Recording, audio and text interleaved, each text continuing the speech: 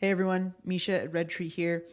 It's the beginning of the year. Happy New Year, everyone. It's the beginning of the year, and everybody is looking at goals. They're trying to plan out their year, they're trying to create different priorities, and one of those things is usually your website. But the truth of the matter is, you should be thinking about your website all of the time.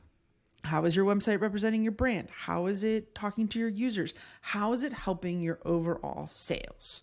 But usually at the beginning of the year, I have conversations with so many different companies that their website has fallen down the ranks as far as priority goes. Or let's say, for example, they only look at their website as a referral-based website. So I get a lot of calls that says our website is so far away from what our existing brand is, we need a refresh, which in reality, you should be constantly thinking about and refreshing your website on a routine basis. So let's unpack actually those two different use cases that I talked about. First of all, being a referral-based business. Now, if you think of yourself as a consumer, and if someone gives you a name, someone gives you a brand, and you're trying to hire that service, what's the first thing that you're going to go do?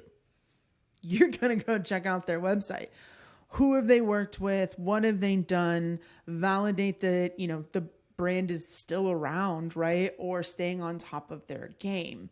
And if your brand is not represented in your website because it's very low on the list, because it's, you're a referral-based business, I'm curious as to how many of those referrals didn't actually come to fruition because what their friend has told them your company isn't represented on your website. So that next call isn't going to get made. Now let's look at the second example that I talked about, whereas your brand isn't being represented in your website. This can mean a plethora of different things. This could mean you have inconsistent visuals. This can mean that one of your brand differentiators isn't even talked about on a website. This could also mean that you're not spending enough time to connect with users in identifying the fact that you understand a pain point and that you're solving those pain points. So there's a lot of things that could be represented in your brand, even something as simple as if you like to think of yourself as an innovative brand, but you're really not talking about the innovations that are happening in the world or even presenting case studies, those are a misalignment of representing your brand on your website. Let's look at a couple of examples of clients from Redtree that we've actually done this for and some of that process of incorporating their brand into the website. This is Covalent, which is a video production company. When we sat down and we did their discovery session, we identified that their main brand differentiator was around being creative in the videos that they were creating and being really good partners, listening to what the brands needed, really creating something that is going to be what they needed. So, and a lot of that wasn't talked about on their homepage, as well as there wasn't a lot of opportunities for a user to click into the site. So the first thing that we did was we started to identify more of a overarching series of services, such as video production, animated brand videos, and video content. Now, this was a big shift in their company that they hadn't really talked about. So at the same time that we were bringing on these new overarching services, we also wanted to incorporate text to help with some SEO. But then the messaging needed to also be updated. They partner and problem solve. So it's not just services. What are you doing with the services?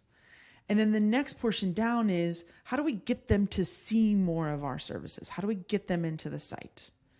And as they scroll down, it's talking more about their differentiator, what makes this, what guides them. And then we're still giving an opportunity for a user to click in through the site. They have a phenomenal area talking about their featured work, but we needed to reframe this to be more collaborative, more of their differentiator pulled in to the language. And even as we started to identify a lot of their services, it allowed us to organize this into also a mega menu, allowing users to quickly and easily find based off of the larger umbrella categories that we had created. Our second use case is going to be an e-commerce website. So this is the Safety Sleeper. They create safety beds for special needs children and adults.